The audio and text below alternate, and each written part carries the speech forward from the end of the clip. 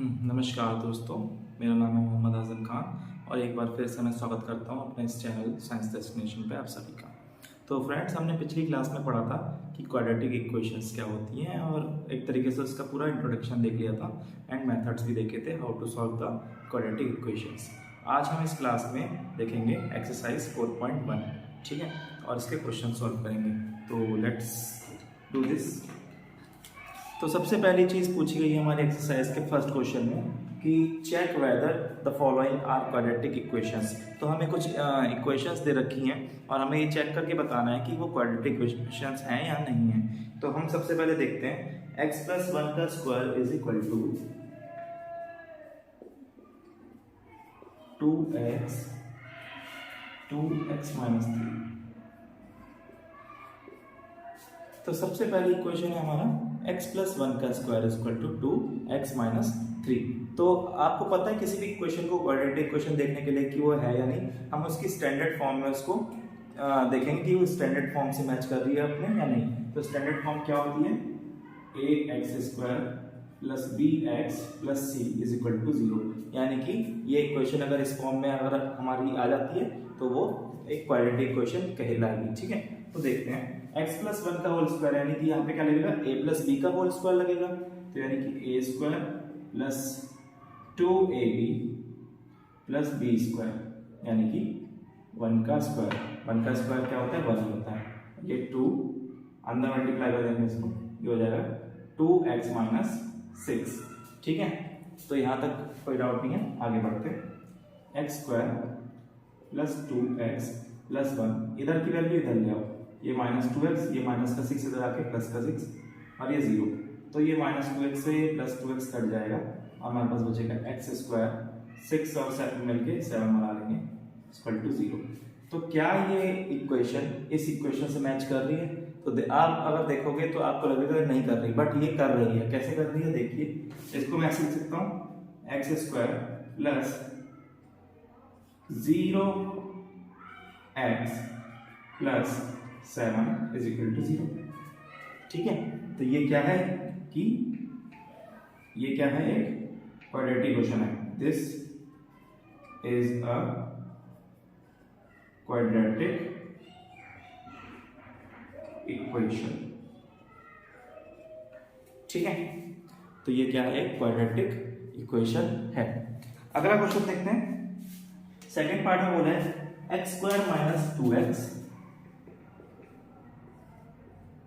-2x is equal to -2 3 - x। यह है अगला क्वेश्चन, ठीक है। तो इसमें देखिए सॉल्व करते हैं इसको। x² - 2x अंदर मल्टीप्लाई कर देंगे, माइनस का 6 माइनस प्लस 2x। अब इधर ले आइए, 2x इधर आके -2x, ये इधर आके प्लस का 6, यहाँ पे 0 बच जाएगा। x² minus plus 4x + 6 is equal to 0। तो देखिए ये इस फॉर्म में आ गई है, ठीक है, इस फॉर्म में है। सो यस, दिस इज अ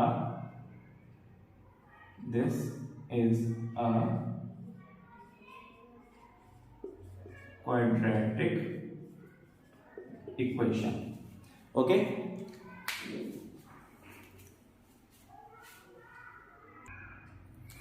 ठीक है, एक बार देख लीजिए आप,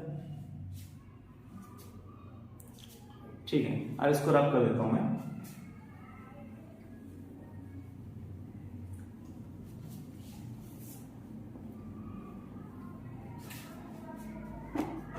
अब हम बात करेंगे अगले पार्ट की, थर्ड पार्ट में बोला है x - 2x + 1 is equal to x - 1x + 3। हाँ जी, अब थर्ड पार्ट देखते हैं इसका। तो यहाँ पे ये x² से पूरे से मल्टीप्लाई करेंगे, x² + x, अब ये -2 से करेंगे -2x - 1। ये अब सेम यहीं पे x² + 3x - x - 3। तो एक्स स्क्वायर से एक्स स्क्वायर कट जाएगा एंड एक्स माइनस 2x बचेगा हमारे पास, माइनस एक्स माइनस 1 और ये बचेगा 2x माइनस 3 माइनस एक्स, ये इधर आ जाएगा minus 2x minus 1 plus 3 is equal to 0। तो minus 3x plus 2 is equal to 0। तो क्या ये इक्वेशन स्टैंडर्ड फॉर्म में है, क्वाड्रेटिक इक्वेशन की स्टैंडर्ड फॉर्म में, तो उसे फॉलो नहीं कर रही है। So this is not a quadratic equation. तो ये एक क्वाड्रेटिक इक्वेशन नहीं होगी। ठीक है फ्रेंड्स, अगला हम देखते हैं क्वेश्चन इसका फोर्थ पार्ट।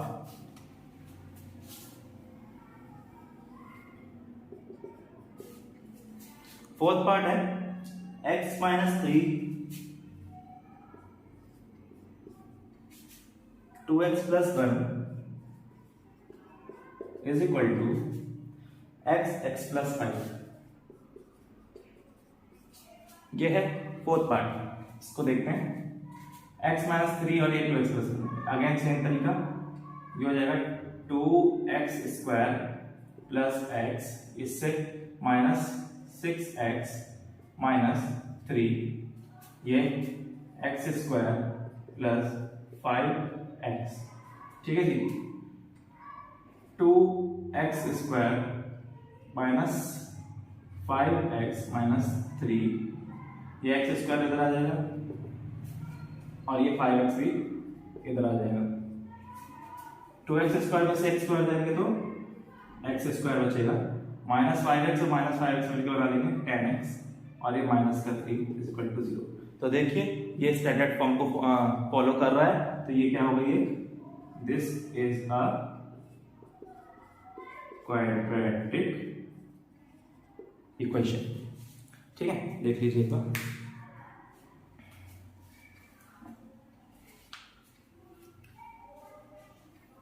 चलिए अगला देखते हैं।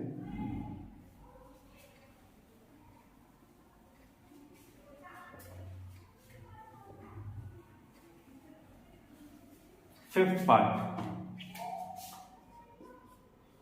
में हमसे बोल रहा है 2x minus 1 x minus 3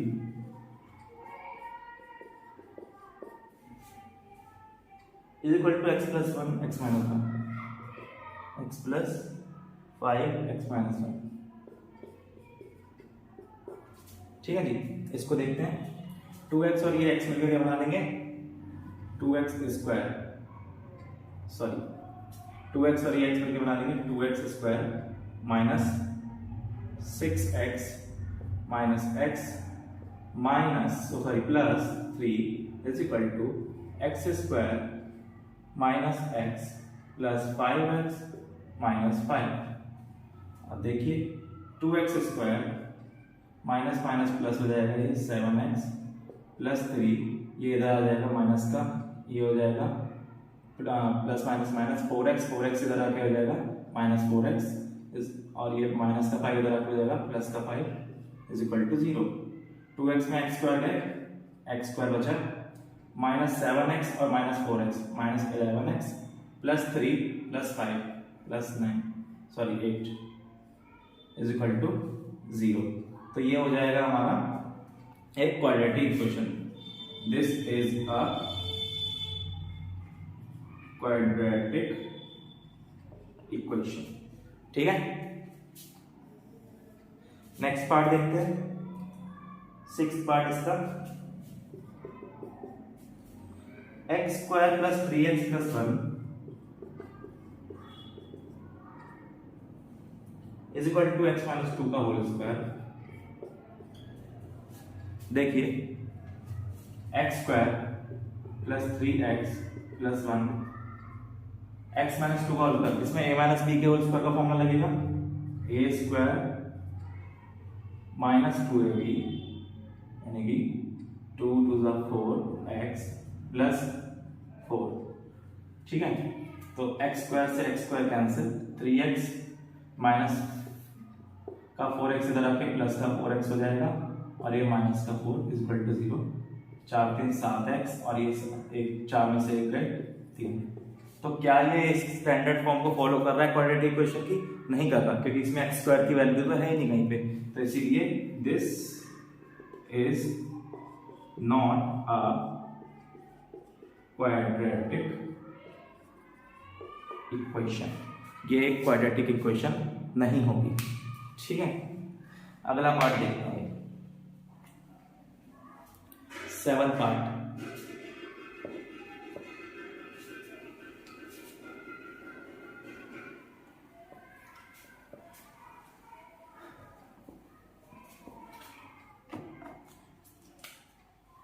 x + 2 का whole square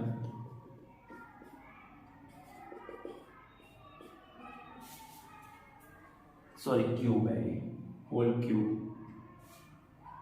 is equal to 2x x² - 1, 2x x² - 1। तो यहाँ पे देखिए, इसमें a + b का होल क्यूब का फॉर्मूला लगेगा। क्या होता है?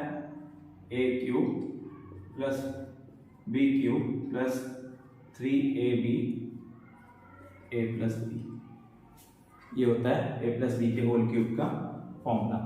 ठीक है, तो ये हो जाएगा हमारा, इसको खोलेंगे तो a³ + 2 to the 4, 4 to the 8, b³ + 3 × x × 2 और ये x + 2 इज इक्वल टू ये 2x³ - 2x, x³ + 8, ये हो जाएगा 3 × 2 = 6x, 6x और x 6x² + 6 × 2 = 12x equal to 2x³ - 2x।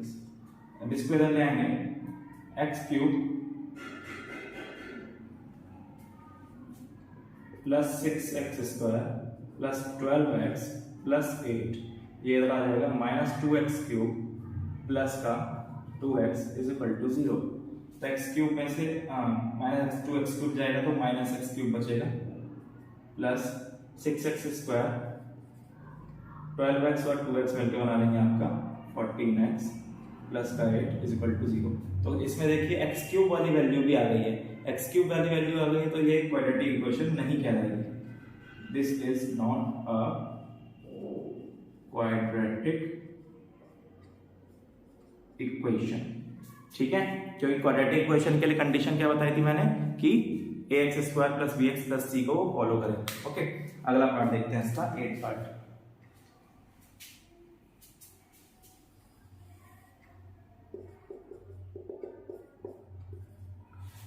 x³ - 4x² - x + 1 is equal to x - 2 का whole cube is equal to x - 2 का whole cube. ठीक है भाई, चलिए इसमें x³ - 4x² - x + 1, इसमें वैसे a - b के होल क्यूब का फॉर्मूला लगेगा, लेकिन मैं a + b के होल क्यूब से भी इसको कर सकता हूं। कैसे? a³ + -2 का होल क्यूब प्लस 3a क्या है x - 2 और फिर a + b, यानी कि इसको आप x - 2 ही लिख लो। ठीक है, x³ - 4x² - x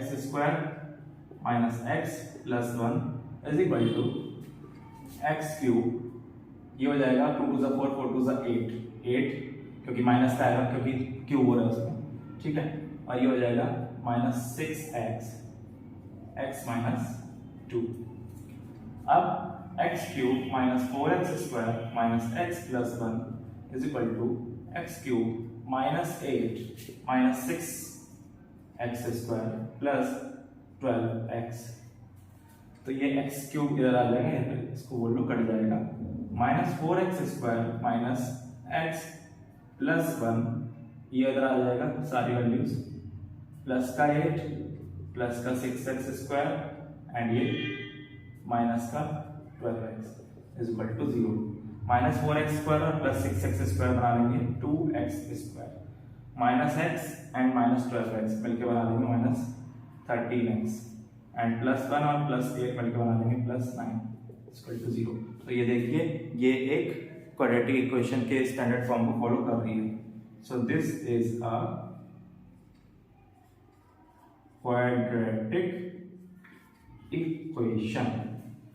ठीक है, ओके।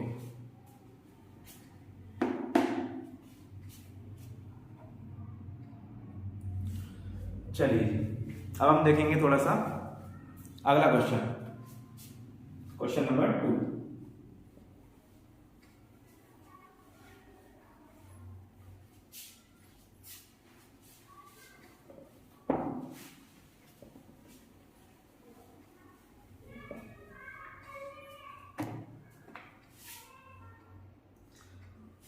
क्वेश्चन नंबर 2 में,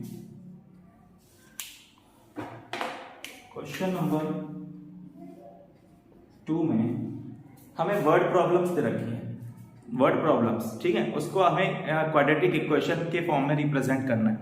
तो रिप्रेजेंट करना है हमें, represent in quadratic equation, quadratic equation की फॉर्म में रिप्रेजेंट करना है। तो सबसे पहला इसमें क्वेश्चन है, फर्स्ट पार्ट इसका, the area of a rectangular plot. देखिए एक रेक्टेंगुलर प्लॉट है, एक रेक्टेंगुलर प्लॉट है। अगर मैं डायग्राम बनाता हूं तो कुछ इस तरीके से होगा। ये एक रेक्टेंगुलर प्लॉट है, इसका एरिया दे रखा है, area 528 metre square. So area इसका दे रखा है 528 मीटर स्क्वायर। बोला गया है that length of the plot is 1 more than twice its breadth। Length of the plot is 1 more than twice its breadth, यानी कि इसकी जो लेंथ होगी वो उसकी ब्रेड्थ के ट्वाइस करके उसमें 1 ऐड कर देंगे, उसके बराबर आएगी। अगर आप उसकी ब्रेड्थ के को दोगुना करके उसमें 1 और ऐड कर देंगे तब उसकी लेंथ के बराबर वो आएगा। तो हम मान लेते हैं let the breadth be x metre. क्या है? x metre, x metre. तो लेंथ कितनी होगी भाई? लेंथ होगी ब्रेड्थ का ट्वाइस करके, यानी कि 2 गुना करके उसमें 1 और ऐड कर दूं तो वो आ जाएगी लेंथ, यानी कि लेंथ आपकी इतने मीटर होगी। ओके, आपसे बोला गया है find the length and the breadth of the plot. Ultimately आपको रिप्रेजेंट करना है क्वाड्रेटिक इक्वेशन की फॉर्म में, ठीक है। तो आपको पता है एरिया का फॉर्मूला क्या होता है? Length multiply by breadth. एक रेक्टेंगल के एरिया का फॉर्मूला होता है लेंथ मल्टीप्लाई बाय ब्रेड्थ। तो उसमें हम देखेंगे एरिया हमें दे रखा है 528, लेंथ हमने निकाल दी 2x + 1 और ब्रेड्थ हमारे पास क्या है? ब्रेड्थ क्या मानी थी हमने? x। तो अब जरा इसको सॉल्व करते हैं। देखिए 528 इज इक्वल टू x को अंदर मल्टीप्लाई कर देंगे 2x² प्लस में x, तो ये हो गया। अब इसको सीधा करके लिख देते हैं 528 इज इक्वल टू 0।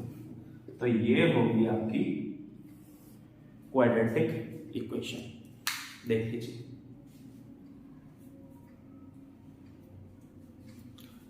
ठीक है।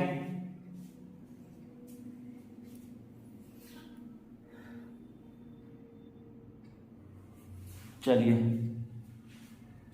अगला क्वेश्चन देखते हैं।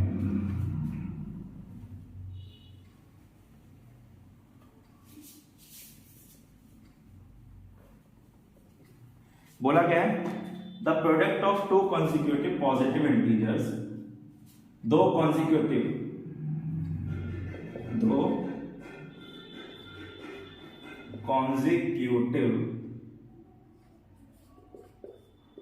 पॉजिटिव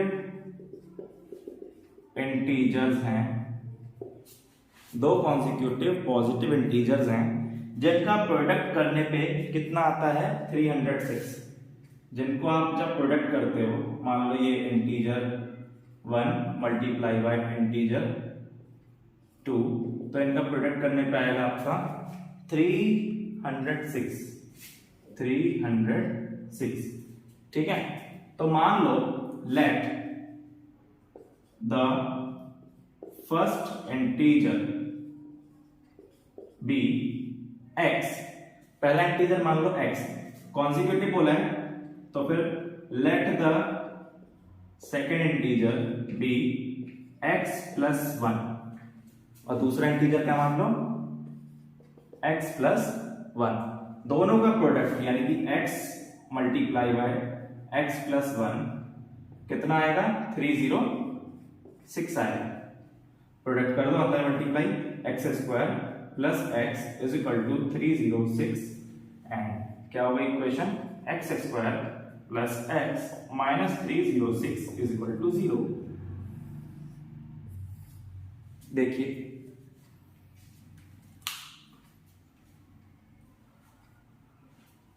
ठीक है, अगला आप देखते हैं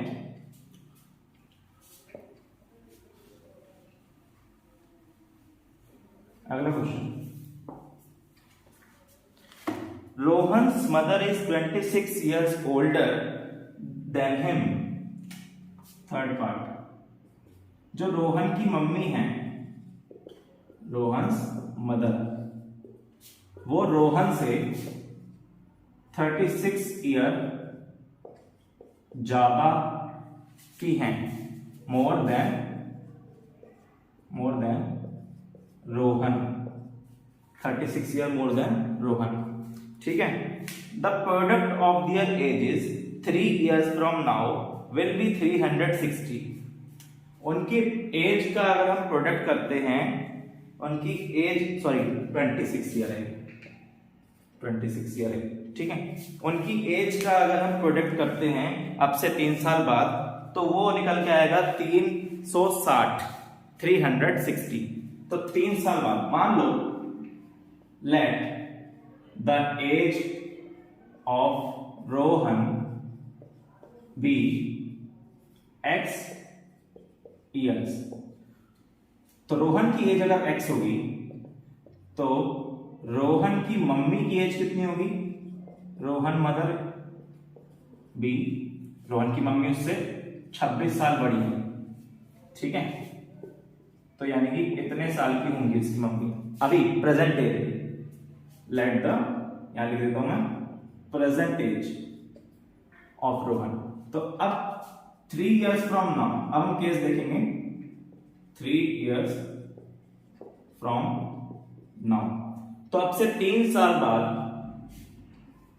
बाद रोहन की एज कितनी होगी भाई, रोहन की एज हो जाएगी 3 साल ऐड कर दो उसमें, और रोहन की मम्मी की एज कितनी हो जाएगी, रोहन मदर एज, उसमें भी 3 साल ऐड कर दो, x प्लस 26 प्लस 3 यानी कि x प्लस 29।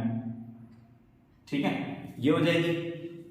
अब आपसे ये बोला गया है कि we would like to find Rohan's present age, तो आप कैसे निकालेंगे। आपसे शुरू में क्या बोल दिया गया था कि उनका जो प्रोडक्ट आएगा अब से 3 साल बाद जो उनकी एज होगी, उसका जो प्रोडक्ट आएगा वो कितना होगा 360। तो देखिए, तो 3 साल बाद एज होगी रोहन की x प्लस 3 और रोहन की मम्मी की x plus 29।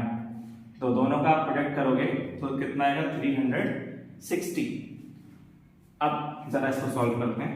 X square plus 29x plus 3x plus 29 into 3, 3 9 27 plus 7 2 3 2 6 7 8 87।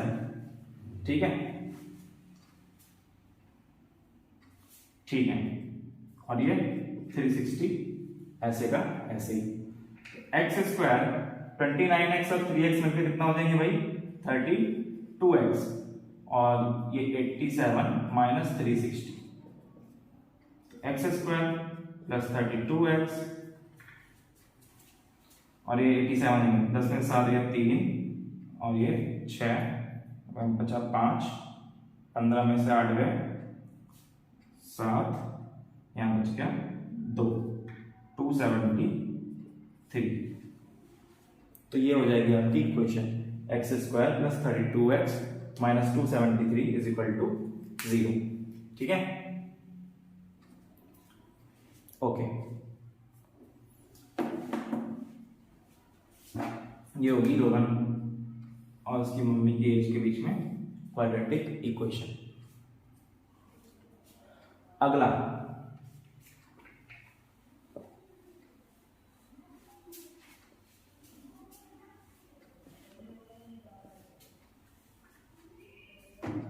a train travels a distance of 480 kilometre at a uniform speed। एक ट्रेन है जो एक डिस्टेंस ट्रेवल करती है 480 किलोमीटर का, वो भी यूनिफॉर्म स्पीड में यानी कि कांस्टेंट स्पीड में। So if the speed had been 8 kilometre per hour less than it would have taken 3 hours more than to cover the same distance.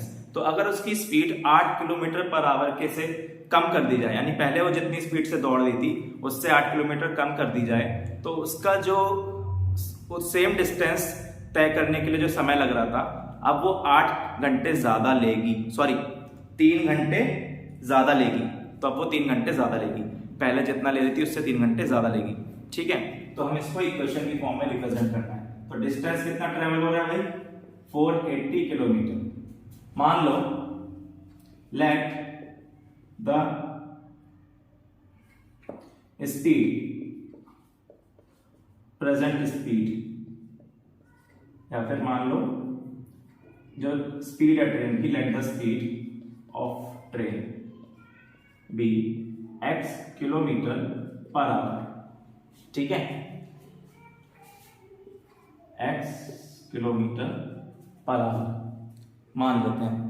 तो अब देखिए, तो टाइम कितना लग रहा है इस दौरान, टाइम का डिस्टेंस अपॉन टाइम का फॉर्मूला होता है, speed is equal to distance upon time. तो टाइम का फॉर्मूला यहां से निकल आएगा डिस्टेंस अपॉन स्पीड। ठीक है, तो इस केस में टाइम क्या लग रहा है, जब स्पीड x किलोमीटर थी तो डिस्टेंस हो गया 480 और ये टाइम लग रहा है भाई।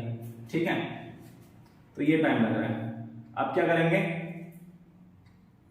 अब उसने कहा कि अगर उस ट्रेन की स्पीड 8 किलोमीटर कम कर दी जाए, यानी कि स्पीड ऑफ ट्रेन 8 किलोमीटर कम कर दी जाए, यानी कि x थी तो अब x में से 8 किलोमीटर घटा दिए, x माइनस 8 हो गई।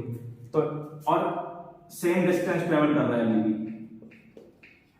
तो उसको टाइम कितना लगेगा, टाइम कितना लगेगा, डिस्टेंस अपॉन में स्पीड, स्पीड क्या है x माइनस 8, ये टाइम लगेगा। और फिर ये भी बोल रहा है कि अगर हम ऐसा करते हैं कि 8 किलोमीटर पर आवर से कम कर लेते हैं उसकी स्पीड, तो उसको सेम डिस्टेंस ट्रेवल करने में 3 घंटे ज्यादा लगेंगे। ठीक है, यानी कि ये वाला जो टाइम आएगा वो ज्यादा आएगा। ओके जी, तो हम क्या करेंगे, 480 अपॉन में x माइनस 8 माइनस 480 अपॉन में x, यानी कि इस टाइम में से अगर इस टाइम को घटा देते हैं हम, इस वाले टाइम में से इस वाले टाइम को घटा देंगे तो उसका डिफरेंस कितना आएगा, 3 आवर आएगा।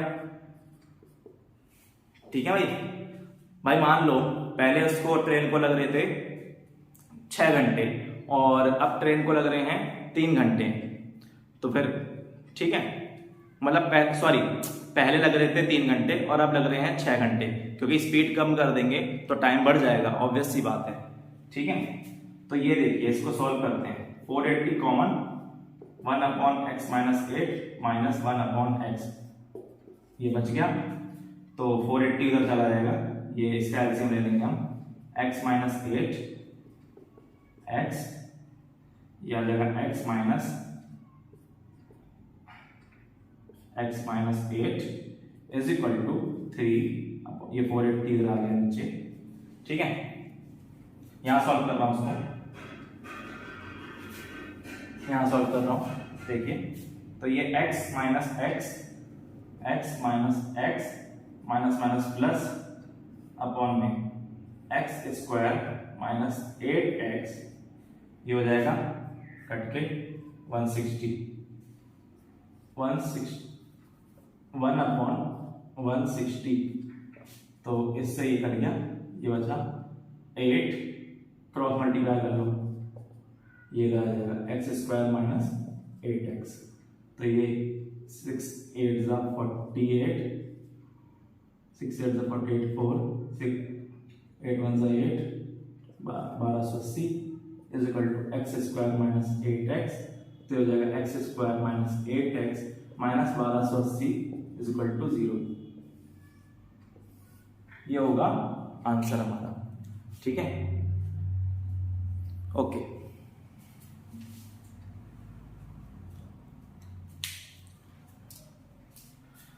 तो आज के लिए हम ये एक्सरसाइज तक ही छोड़ते हैं। अगली क्लास में हम नेक्स्ट एक्सरसाइजेस की देखेंगे, ठीक है। उम्मीद करता हूँ आप लोगों को ये आज की वीडियो मेरी पसंद आई। अगर आपको पसंद आई प्लीज़ एक लाइक शेयर और सब्सक्राइब ज़रूर करें। थैंक यू, जय हिंद।